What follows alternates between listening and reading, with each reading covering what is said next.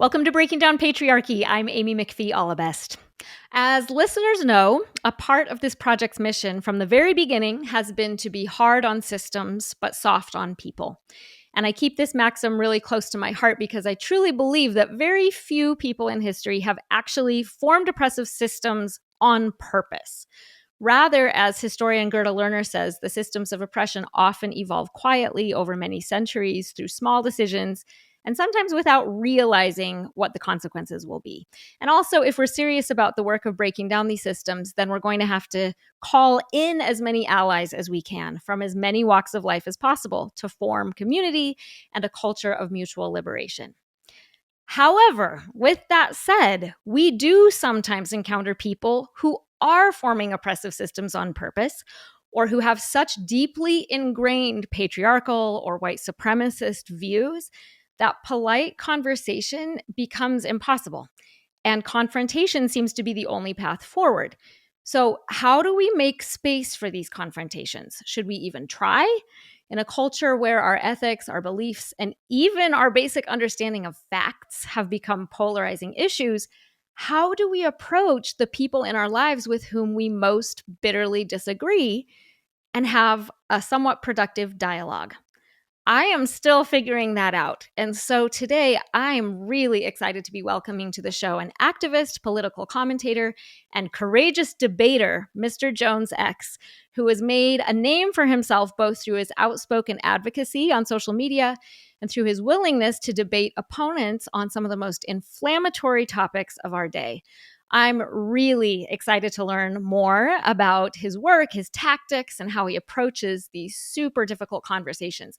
So I'm super excited to welcome to the show Mr. Jones X, or Jones. Thank you so much for being here today, Jones. I'm so excited about this conversation. Thank you for having me. So am I. This is how I started my platform. I didn't really talk about politics a lot when I got on the platform. I would on occasion, but that wasn't really like the crux of the things that I was trying to accomplish. Before TikTok, I wasn't really a social media person at all. As a matter of fact, after Trump got elected in 2016, I had deleted my Facebook, deleted my Instagram, and I didn't go back onto a social media platform until 2020. So for 4 years, I was completely off the app. 2021, as a matter of fact. Okay, that's so interesting. I want to know about that, and I'd love you to even back up.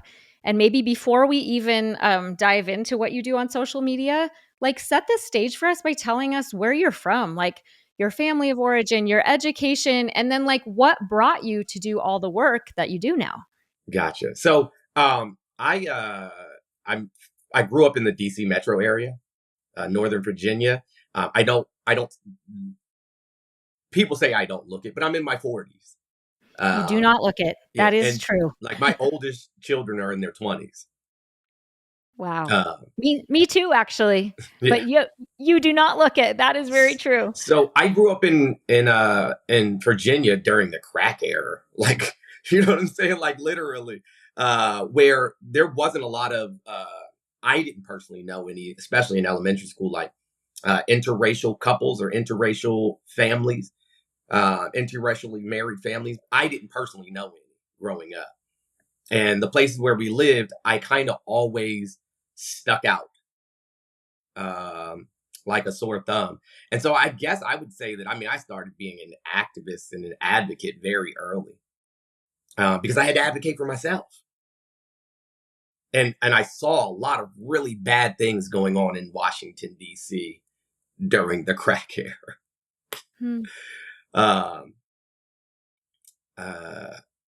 Without diving too much into my familial life, I'm a huge advocate for people trying to escape domestic violence because it was a major part of my young life and adult life. And so, I guess, like I said, I've always been an advocate. I was always heavy into reading the works of like Angela Davis and James Baldwin and Malcolm X and Martin Luther King and Bayard Rustin and Audre Lorde. And, I kind of like buried myself in information. So I refused to stand for the national anthem or the Pledge of Allegiance when I was in 5th grade. And so they said I was being a menace, and so other kids started following my lead by also not standing and also not participating in these things. And back then I was kind of heavy into church. And so when they asked me, why are you doing this? I said, I can't serve two masters. I'm not pledging allegiance to some inanimate, object. I'm sorry. I'm not interested. Hmm. I said, this seems like brainwashing. And in 5th grade, I spoke like that, which also bothered a lot of adults. Yeah. I read at a higher reading level than most adults did by the time I was in 5th grade. And I spoke with a larger vocabulary than they did. And it made them mad, even the teachers. And so my mom told me that I need to learn how to meet people where they're at. So I've, over the years, worked that, into my repertoire, so to speak. But yeah, so I spent most of my 5th grade year in what they call in-school suspension. And I just sat there and read and read and read. Wow. So that's how that began, I guess. But I went to school originally for biology and business management, so I could be a pharmacist. And then working in the pharmacy, I realized that it wasn't for me after all that schooling. I realized this isn't me. And so I went to go work in the financial industry, mostly in the car business, for a long time. And a very wise man told me when I was very early into it, early 20s, mid 20s, said the easiest way to get all the things you want out of life is to help as many other people get the things that they want out of life. And I think that set the trajectory for how I have interacted, I'm saying, in advocacy spaces and places of leadership, that nobody is better or worse, I'm saying, than I am. Even if I'm in charge of, 30 employees, all without them, I'm not successful. And without me, they're not successful. So I was never like, I'm your boss, do this because I said so. I said, hey, listen, I need your help achieving XYZ goal. And it's the same way with advocacy. Hey, what can I do for you to help you get to where it is that you need to be, right?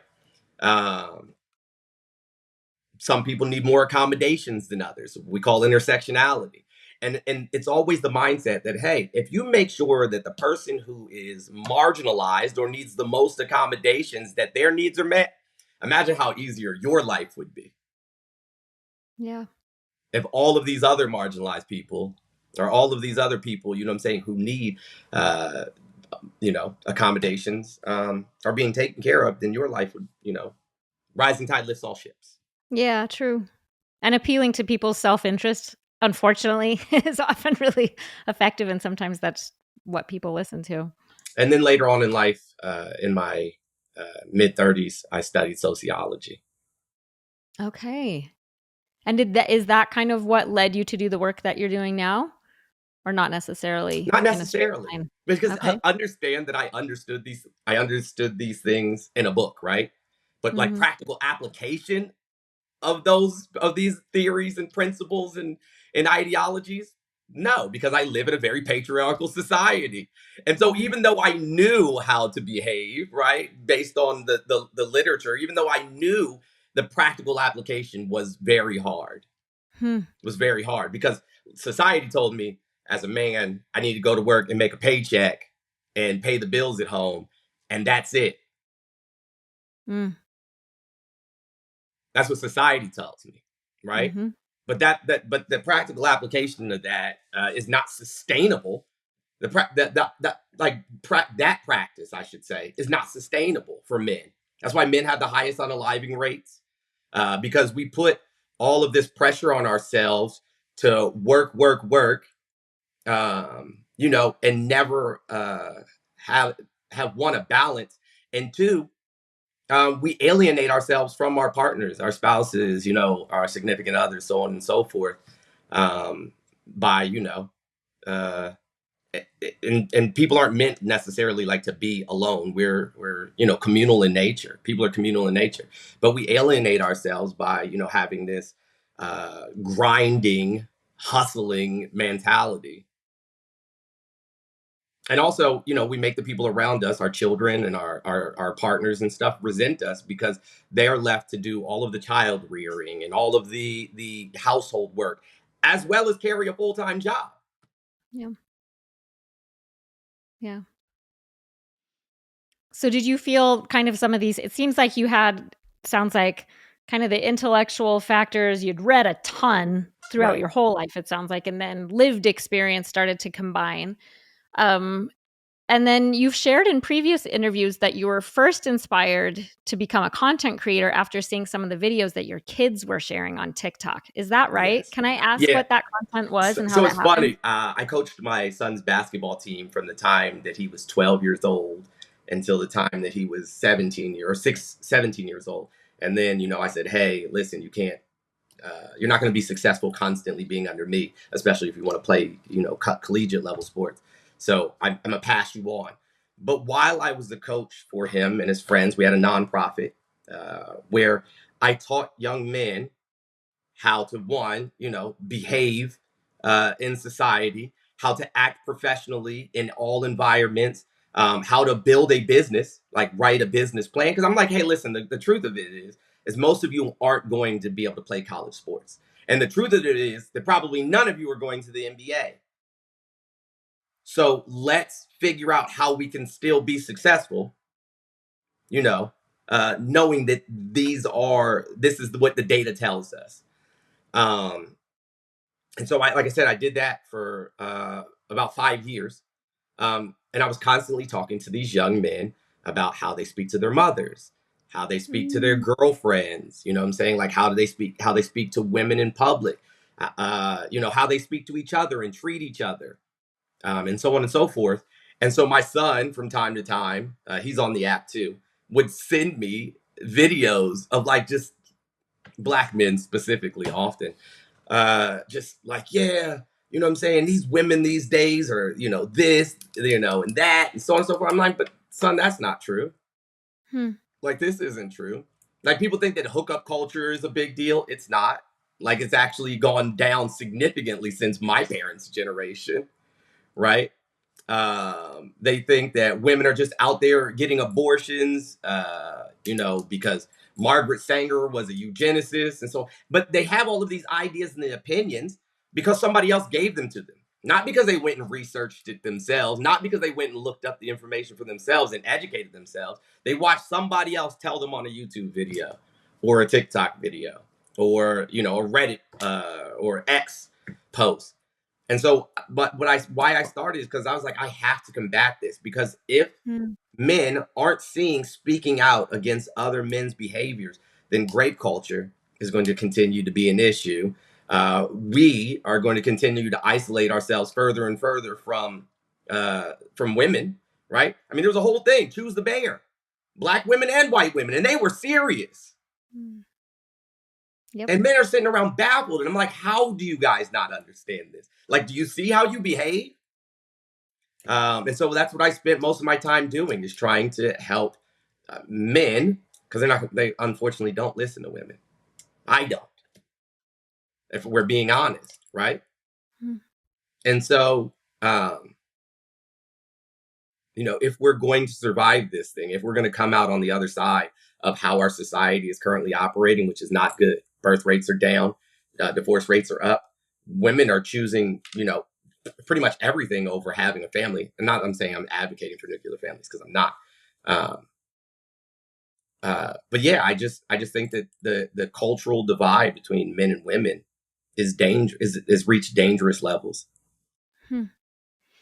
Well, I feel really, really grateful hearing you say that. That's something that I'm just aware of always as I'm creating content. I'm always trying to speak to men and it is tricky, right? Like I said in the intro, to like, how can I craft this sentence so that it will be more palatable for a man to hear, and knowing that just there's a whole percentage of men that's just going to see my face, see I'm a woman, and not even click and not even listen to me.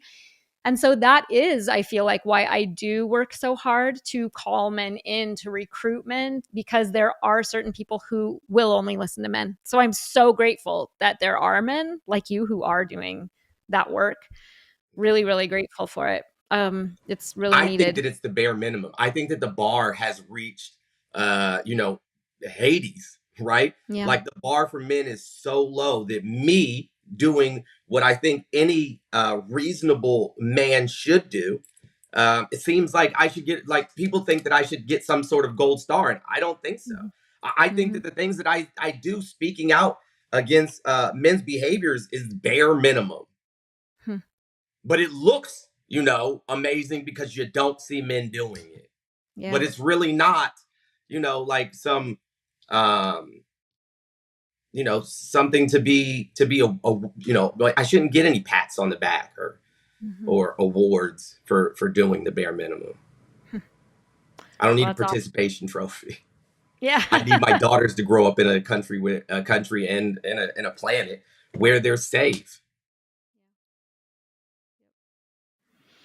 Okay, so here's a question for you, and this is as I told you before we started this recording, I'm really interested in this, not only as a representative of my listener base and putting this out there into the world, but honestly for me personally, Amy, as a human being, this is something that I'm really trying to figure out because, as I mentioned before, across social media, you've made a name for yourself largely through having kind of difficult conversations and sometimes confrontations with people who hold opposing views. And I was watching your TikTok again this morning, and just, you do have a style that's really, really assertive and can be read even as maybe aggressive and confrontational. And for me, I feel like I struggle with that. And maybe it's fine. Different people have different personalities and we bring different strengths to the work, and we're all needed in the ecosystem, right? But I just watching you, I'm like, I wonder what I can learn from this person. And I'd love to know about your process and what's gained by sharing, like by arguing with people that you don't agree with and having a really, really strong and assertive style when you do it. Yeah. So to be honest with you, it has nothing to do with the person I'm talking to in the box the vast majority Okay. of the times. I'm talking to the thousands of people watching. Mm-hmm. Okay. When I make the videos, I'm not necessarily talking to, I never made the videos, right, so that I could gain a bunch of followers. All of the videos I made is so that my children could go back and say, well, who was my dad? What did my dad believe in? You know what I'm saying? Like, what example of a person, what kind of example would he have set for me as a human being? And so, like, that's what my content is about. But I am very passionate and very assertive about the things that I'm having these conversations with. Because here's the thing, right? If me and you were coworkers in an office building, and occasionally I would walk around and poke you, and you would laugh, but you'd be like, could you stop doing that? Right? But Mm-hmm. you laugh. Mm. The way that most men process those thoughts is, oh, she laughed. It's not that serious. It's not that big a deal. I'm going to poke her again next time I see her. But if you're like, hey, yo, stop. Seriously. Then you start to trigger, you know what I'm saying, Yeah. a response. So what I do is I do understand. I'm very empathetic to when you receive new information, especially men. It triggers an amygdala response, that Mm-hmm. fight, flight, freeze, or fawn, right? And so what I do is try to mirror the energy of the other person. Like, hey, listen, I'm going to try to give you the information. But as soon as I recognize that amygdala response and I realize that you're in that space, you're in that, reptilian brain space, that's when, I have to put my foot down and say, hey, look, this is what it is and this is what it isn't. And, and go from there. And like I was saying before we had started recording, that when I first came on this app, men specifically hated me. Mm. Why are you trying to break up families? No, friend, you guys have already accomplished that. Yeah. Wow. You've already accomplished that. I'm telling you that the nuclear family is not the only type of family structure, and it's also not the one that's most conducive to raising a healthy child. Because, right, and this goes for almost all cultures prior to this American individualism, had multi-family, multi-generational homes where mom, dad, grandma, grandpa, aunt, uncle, what have you, collectively would help to raise the children and, make sure that everybody has time for themselves, personal time for themselves and things of that nature. And now you're like, nope, I need my wife. She needs to listen to what I tell her to do. My kids, they're my property. And then when they turn 18, they're in the street. My dog, my fish, and the white picket fence. And I'm like, and then work until you're 75 years old. I don't know what the retirement age is now. I think it's 67. But work until you're 67 years old, and then the average person dies within 5 years of retiring. And what do you have to show for it? You never got to experience the world. You barely got to experience your children or your spouse. And so, essentially, what I'm always attempting to do is say, hey guys, look, there's another way.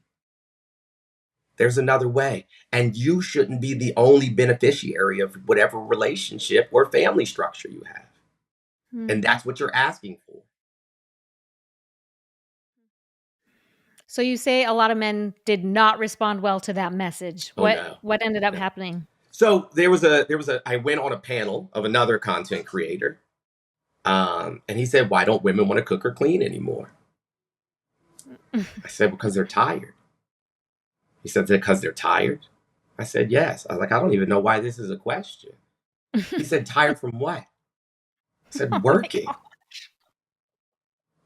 Like working, bro. Like, don't you work 8 hours and then you spend some people spend an hour in the morning commuting in and an hour at night commuting in. So you spend 8 hours at work, 2 hours in the car. Aren't you tired when you get home? Why don't you cook and clean some? It should be, hey, I know what needs to be done in my house, right? I know what needs to be done in the house. So, hey, I'm going to take on this task and you take on this task so that we can get them done, right? And then we can spend time with each other. But you're like, nah, man, she got to come home, you know what I'm saying, after busting her ass all day. And here's what men don't understand is that all of these jobs, I don't even care if it's construction, all of these workspaces could not operate had it not be for women. They're the ones in there managing these men's egos, making sure, that invoices are paid and that things get done on time and there's a schedule set and all of that. And they're making doctor's appointments for their kids and for their spouse. You know what I'm saying? And managing the household in the same manner that they have to manage these businesses and corporations that they exist in. And I'm not saying all women are secretaries, but even those on the C level, in these C-level positions, right, are the hardest working people in the building all the time. And they have to keep themselves safe at work from men's predatory behaviors. And so when they get home, they're beat mentally, physically. And you're like, nah, I need you to make me dinner, then clean up the dinner, then bathe the kids, you know what I'm saying, to get them ready for bed, tuck them in. And then you're like, well, why doesn't she want to sleep with me? Bro, what? Yep.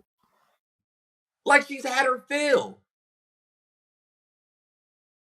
And I also have, many times in my adult life, lost sight of these very things, right? Because society continuously shows us as men that this is what it looks like to be a man. So how did you start seeing it? And then were you able, I'm just picturing you on this panel because everything you're saying, I'm just like, hallelujah. It feels so good to hear a man say all those things. The guy posted the video. What? I said the guy posted the video. I didn't. Got it. He posted the video because he thought that he, won the argument. He's like, this guy's ridiculous and kicks me off the panel. Oh, yeah. And he posts it. And next thing you know, it from the first time it was posted till now, it's been viewed over 3 billion with a B. I had, Red Pill Podcast reaching out to me to come on their podcast. I had them doing covers of it. and then breaking down what it is that I was talking about. I mean, all women were making videos about it. Sterling Sharp or Shannon Sharp, I don't remember which one's on ESPN. I think Shannon. Yeah, Shannon Sharp. He was talking about it. They were talking about it on Good Morning America, or I don't know. I don't remember which one it is. But they couldn't understand what wasn't clicking for him. Yeah, right. Exactly. And so people started following his account thinking that it was me, because they were like, no way that this guy would have been the one posting this video of himself getting dragged. And at that time, I had over 500,000 followers, and men started mass reporting my account. I mean, saying the nastiest things in my comments, coming into my DMs and threatening me. It was crazy. Oh my gosh. Yep. So that's how I lost you're that threatening. account. Wow. Because you're threatening the structure that is privileging them, right? And Correct. Oh my gosh, that's crazy.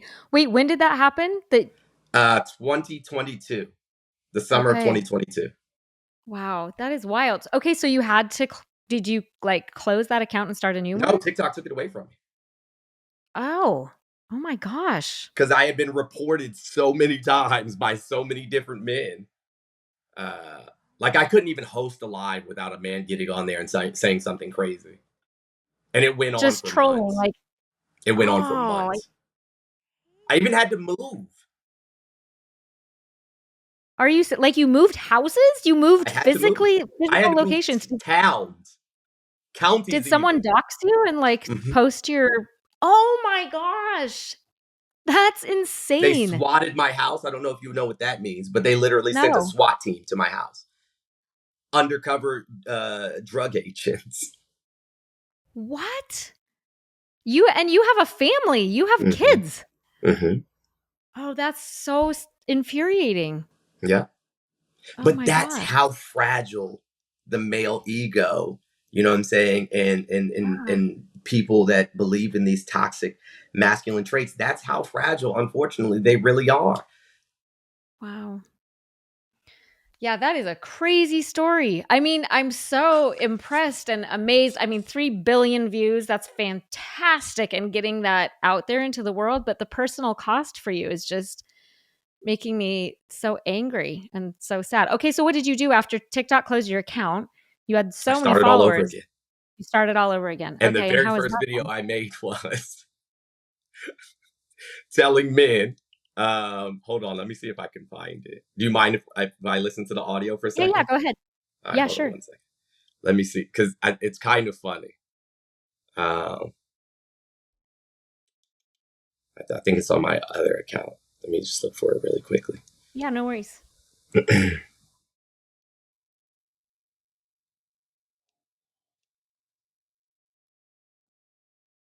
Oh, here you go. This is one of my very first videos coming back. Stop making women responsible for your insecurities. These ain't solid pieces of because of him. You ask women about their body count as if they're going to tell the truth, knowing that you're going to judge them for their response. If you're feeling inadequate, just say that. That's all. That's the TikTok. Check out the merch. Upset. I mean, so upset. And I'm like, no, it's serious, guys. Why would you ask somebody what's your body count? First of all, you men are, I mean, we're talking about men that are 30, 40 plus. Why would you think she would answer a question like that? Why do you deserve to know? I just think that it's, bro, if you are literally laying down with a woman thinking about other men that she laid down with, that is disturbing. That is disturbing. Wow. This is reminding me, I had a conversation with a friend just the other day, and she's like, I want to believe the best about men. I want to believe that most men are really good, but then I just see these bad behaviors over and over and over again. And you're shaking your head like, no, tell me, like, how do you look at it? Well, so here's the thing, right? Here's the thing. We spend too much energy in this country upholding these bad behaviors. Donald Trump. Yep. I would say the vast majority of conservative men. We do too much, right? Upholding these bad behaviors. When a young woman is assaulted, what were you wearing? Why would you go to this place by yourself? How much did you have to drink? As if any of those are a reason for her to be physically accosted. Yep. Yep. And then the other issue is men don't feel a duty to protect women whom they don't have ownership over. So whether it be their daughters or their partners. If it doesn't belong to me, then why do I have to worry about it? I need to worry about what's going on in my four walls. No, you don't. Because if you allow it to happen out there, there's a good chance it's going to happen to you. To one of these times, it's going to happen to somebody that you care about. Mm-hmm. And so, how about we all start being actively anti misogyny, anti rape culture, anti patriarchal views? Hmm. Well, that's God's work, in my opinion. I Why don't you yeah. want women to like us? That's the question that I always ask. Why don't you want women to like us? How And do when men and respond to that? Sorry, I just said, how do no, men no, you're fine. respond to that? Typically by questioning my masculinity or questioning my sexuality or questioning, saying that I just hate men. Black men think that I hate black men. White men that I think that I hate white men. Like both of them question my masculinity. Like, oh, I can't take you seriously. You paint your nails. I'm like, what does that mean? Nail polish was made for men. I said, do you have a problem with men that wear wigs and makeup and high heels and tights? And they were like, yeah.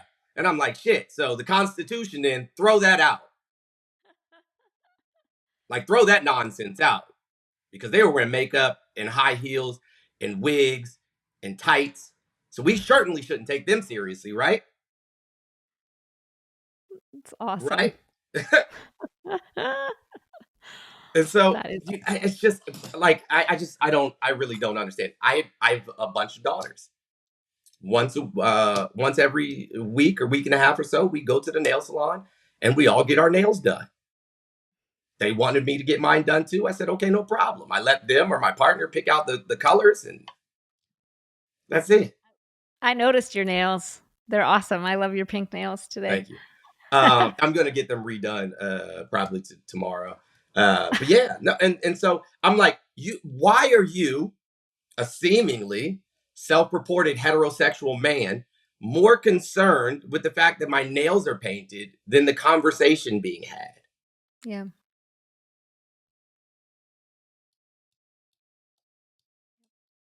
for sure. Okay, let's switch topics a little bit. I Sure, want to ask you about is that okay? sure, Is there absolutely. anything else you want to say? Okay. No, no, no. Go on right Okay. ahead. Okay, switching gears a little bit. I want to ask you specifically about your DEI efforts, diversity, equity, and inclusion. That's become a hot button topic, even more so over the last couple of years for a lot of people. So, why is DEI so important to you personally, and why should it be important to us as a culture, as a country?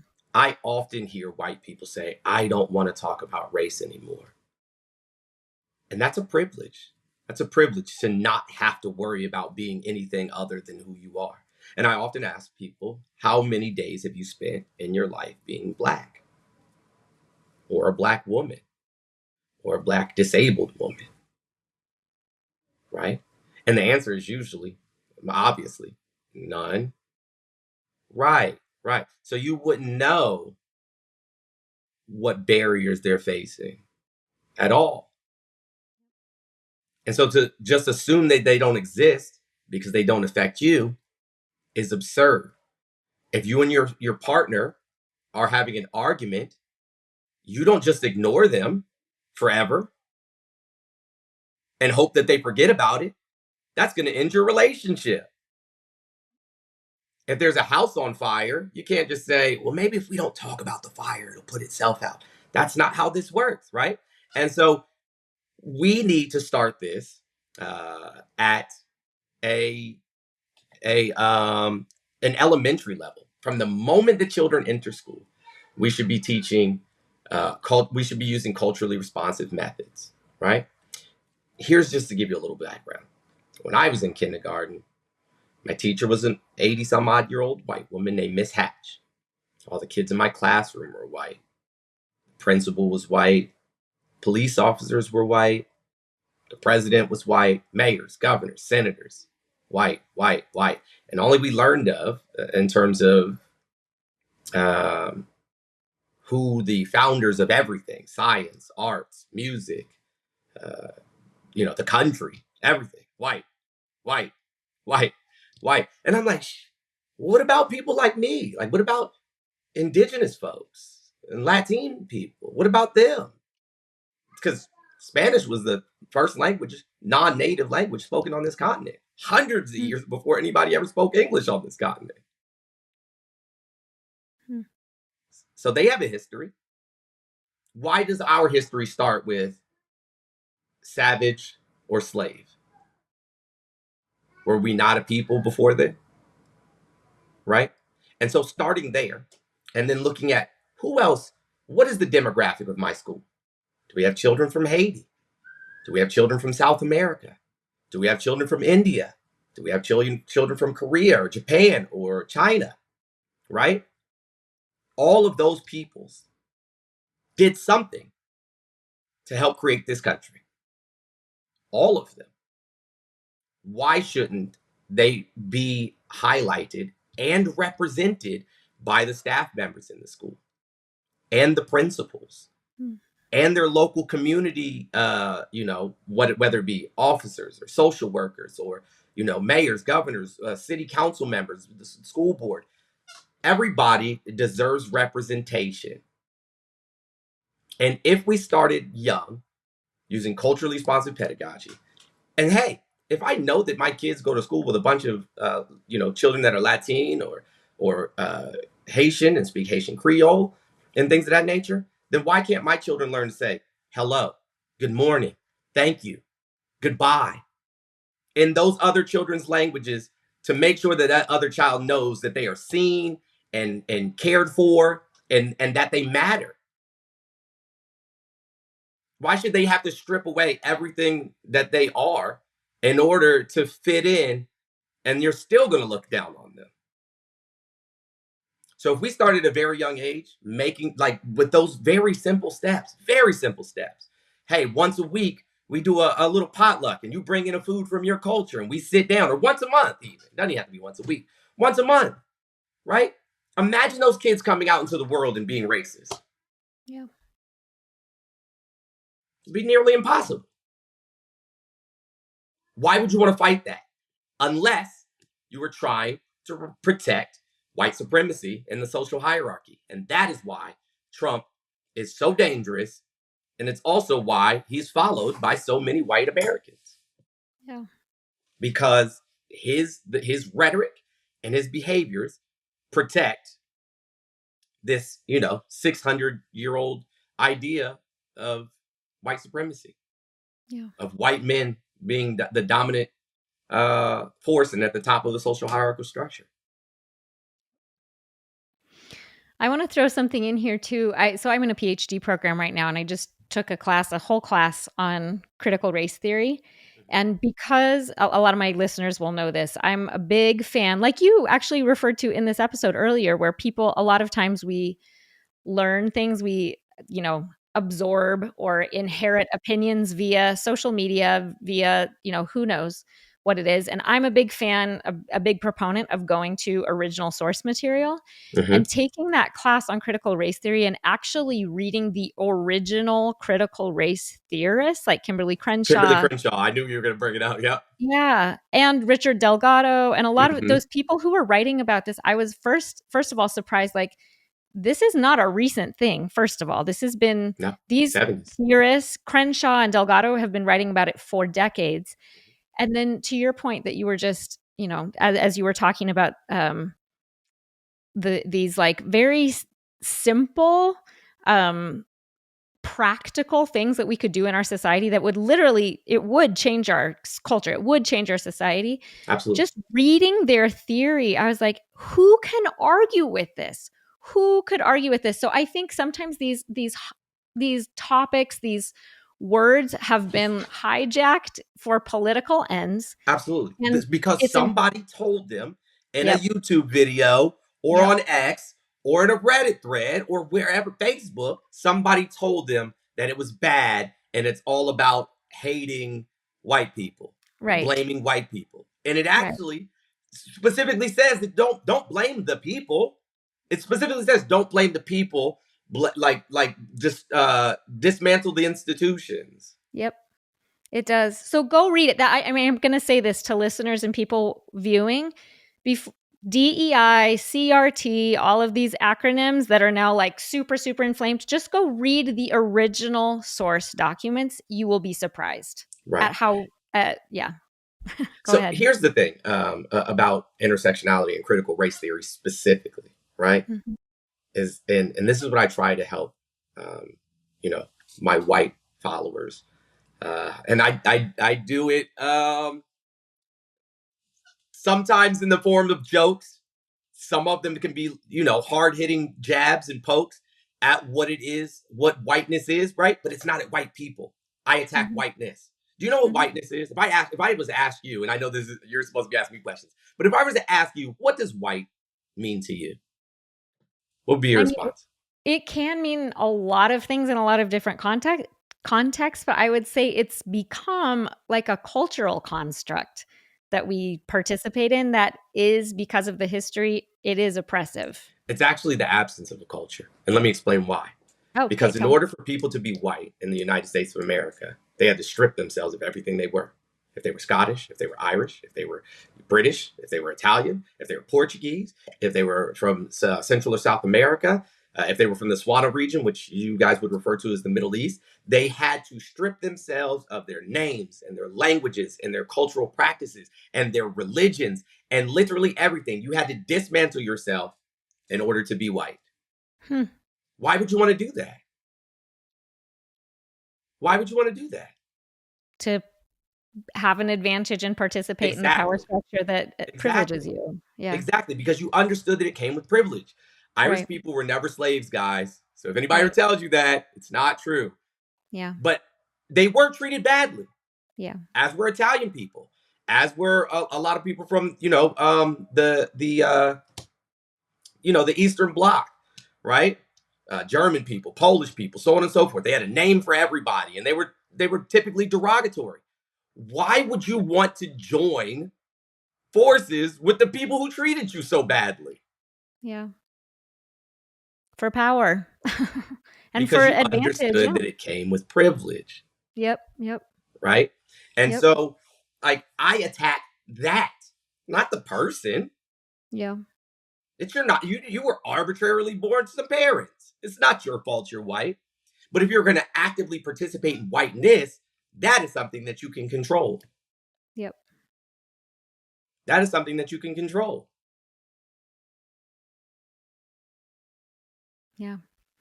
Thank you. That's profound and super helpful, I think. Okay, how about another hot button topic and word? Sure. You talk about the word woke Mhm. and that it's being misrepresented by conservatives. So what would you say is the meaning of woke? What's it meant to be and how has it been distorted? So woke was originally used in somewhat of a joking manner, um,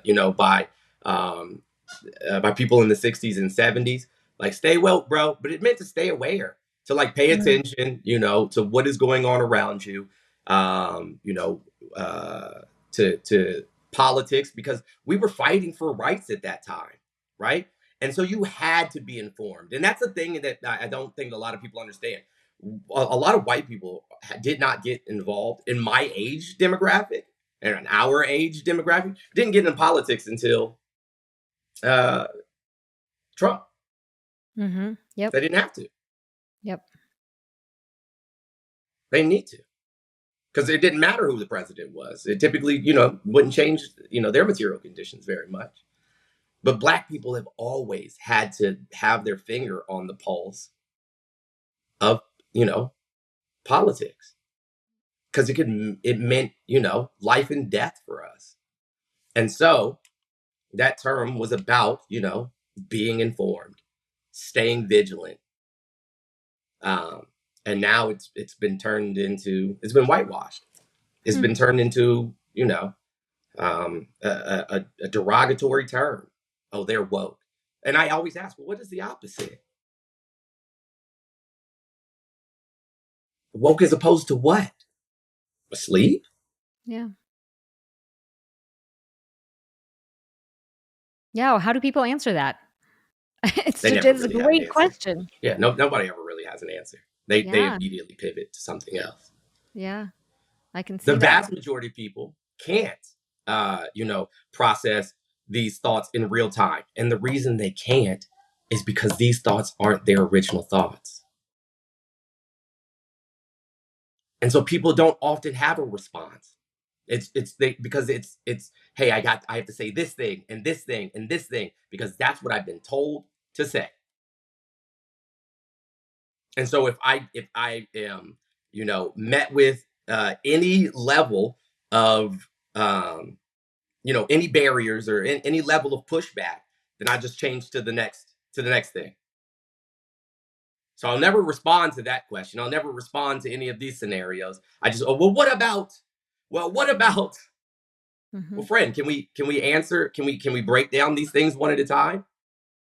And so that's what I spend the vast majority of my time doing. But I can say that I have changed the hearts and minds of a lot of people who have come back and said, "Hey, man, I've been watching you for 2 years, and when I first started watching you, I hated your guts, literally."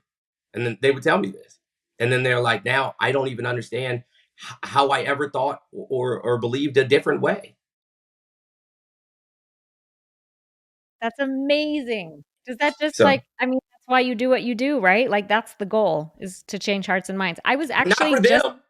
It's yeah, selfish okay. reasons. It's not for them. It's so Oh, that tell me. my children, you Oh, know what right. I'm saying? And the people that I Mhm. love and care about don't have to be harmed. Mhm. That's just an added bonus. Icing on the Yeah. cake, if you will. Yeah. I mean, but dismantling these oppressive systems one person at a time, one heart and one mind at a time does make it a safer world for your kids, right? I mean, it all plays together. I was going to ask you actually as my next question, I was going to say like what would you recommend? What are some strategies that you've seen work well to be able to change hearts and minds, or do you just do it how you do it and some people will respond well and some people won't? How strategic are you about how you reach people, especially around really inflamed topics? Right. So it's hard to do parasocially, right? Mm-hmm. Because often you can't see the person's face. You don't know much about them or their background, things of that nature, right? Yeah. And so, what you have to do is, and it's something I just became, pretty good at, is just assuming that every single person, is essentially the same person, right? And like assume, hey, that this person is probably middle class, right? Middle class white American, and I know what it means to be middle class, right? And so what I'm just trying to find points where put things that we have in common, right? Things that, Mm-hmm. hey, what common interests would I share? Would I possibly share with this person? Here's the thing, right? Um, I worked in the financial field for a long time, like I said, automotive financing, mortgages, um, and one thing that made me wildly successful, and I was wildly successful, is that I would learn everything I could about a person in 10 minutes. Hmm. Hmm. I love that. And if I knew, right, their name, if I knew something about their children, about where they grew up, I knew if they mentioned that, they had just went on a vacation recently. Oh, I just got back from vacation. Oh, tell me about the vacation. Because you brought it up because you wanted somebody to know, right? And so learn as much as I can about them. And then the other thing is I was never trying to sell anything to anybody. And that's the same way I operate in advocacy. I'm just going to give you enough information to make an informed decision. I'm not trying to sell you anything. I'm not trying to sell you anything. I'm not trying to change your mind. I'm not trying to make you believe what I'm saying is the truth. I'm just going to give you as much information as possible so that you can make the most informed decision. And whatever you do with that, that's on you. And I think that's the best approach. Mm-hmm.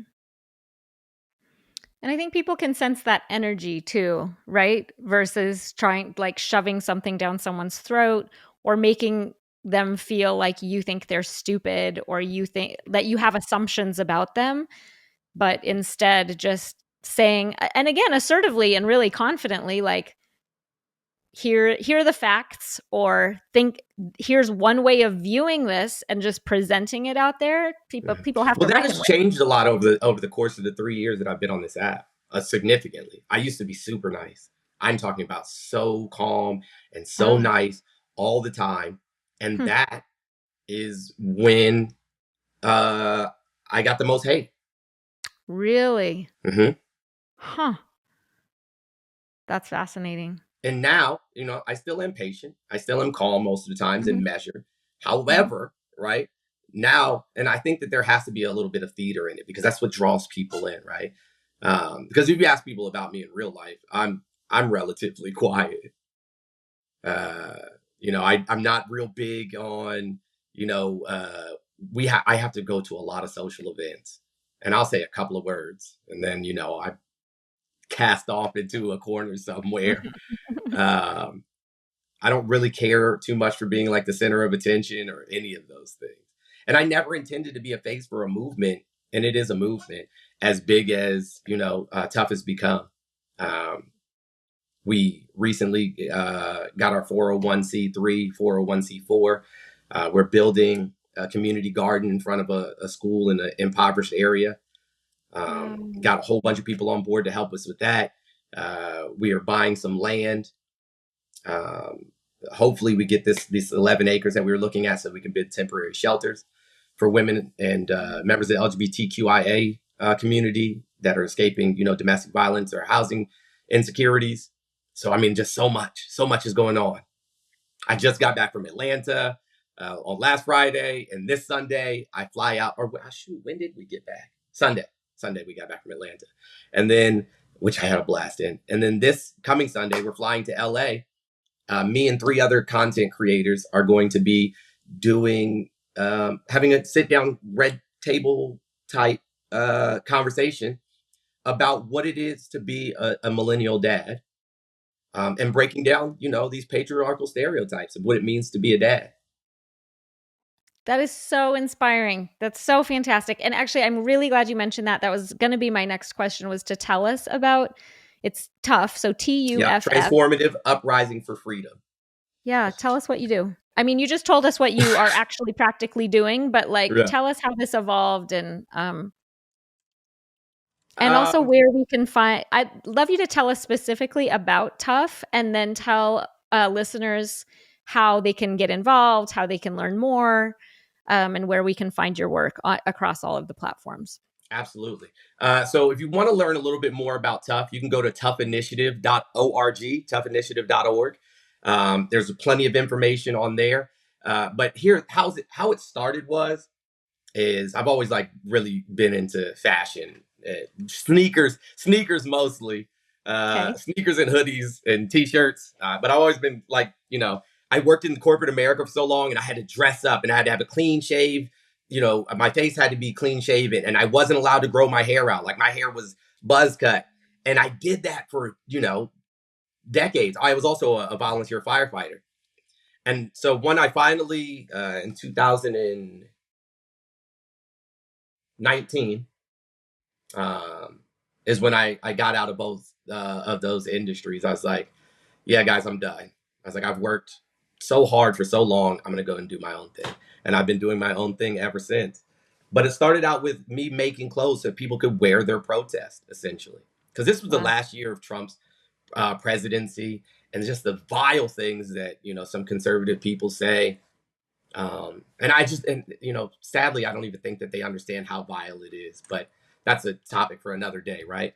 Mm.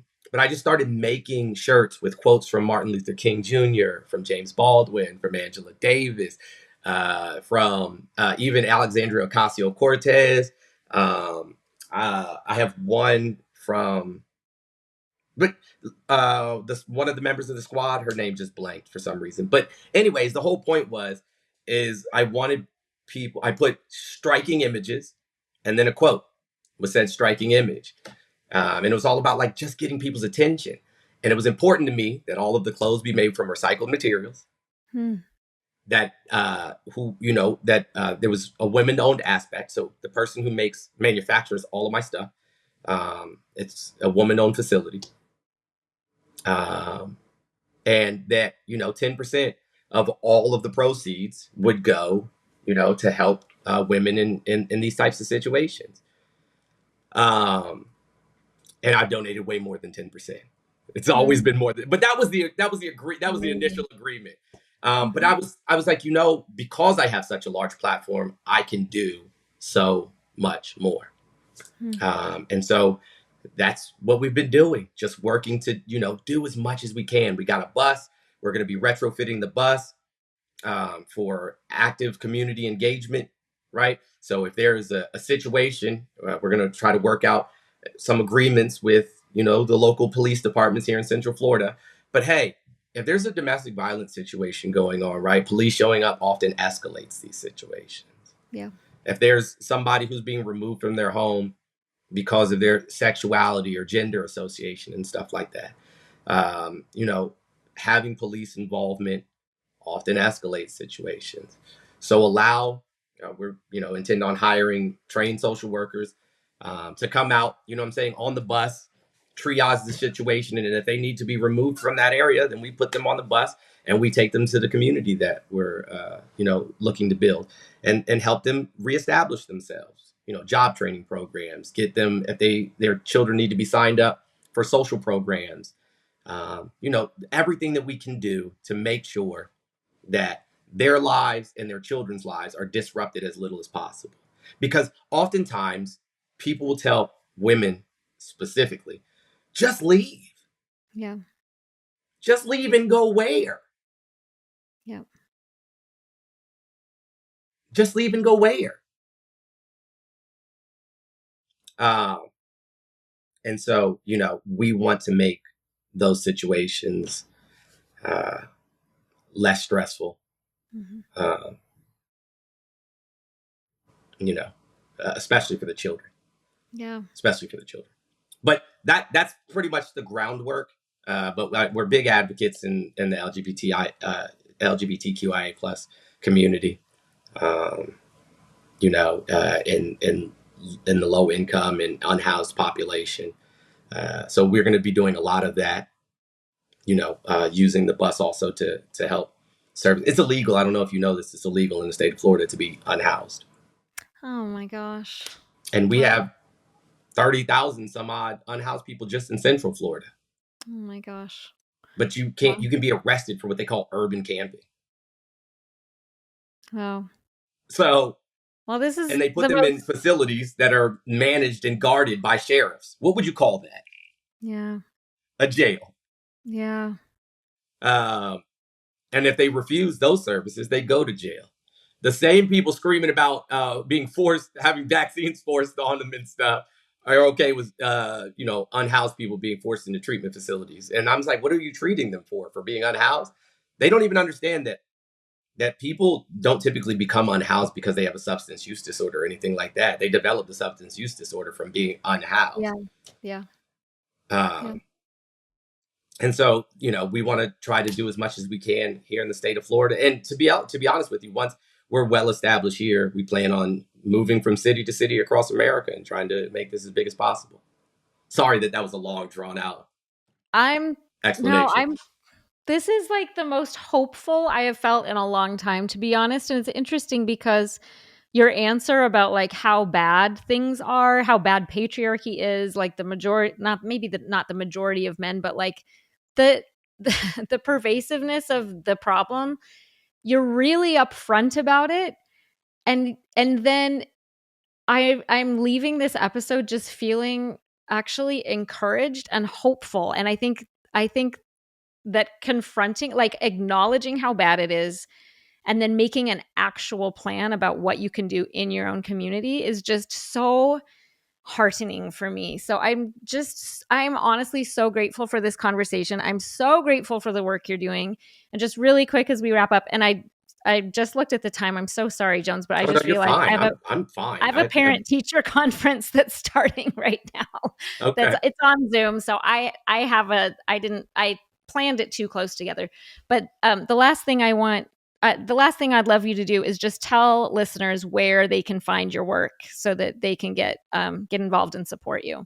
Okay, cool. Yeah, you can find me on pretty much every platform. Like on YouTube, I'm Mr. Jones _X. On TikTok, I'm Mr. Jones X or Mr. Jones _X. Both of those are my accounts. And then on Instagram, it's Mr. Jones _X. So you can find me just Mr. Jones X pretty much everywhere. And then on all of the platforms that it's allowable, there's a link tree that you can click on: Instagram, TikTok, and it gives you a link to everything else that I do, articles that I've been featured in. I think that I've just USA Today, I think, is the most recent one, and then New York Times Magazine article will be coming out soon, and Forbes. Amazing. Okay, well, I can't wait to see all of that stuff. I'm already subscribed, and I'm just so excited and so grateful to be connected. Thank you so much for this episode today. Thank you. Learned so much from you. Thank you. I appreciate you. Appreciate your time.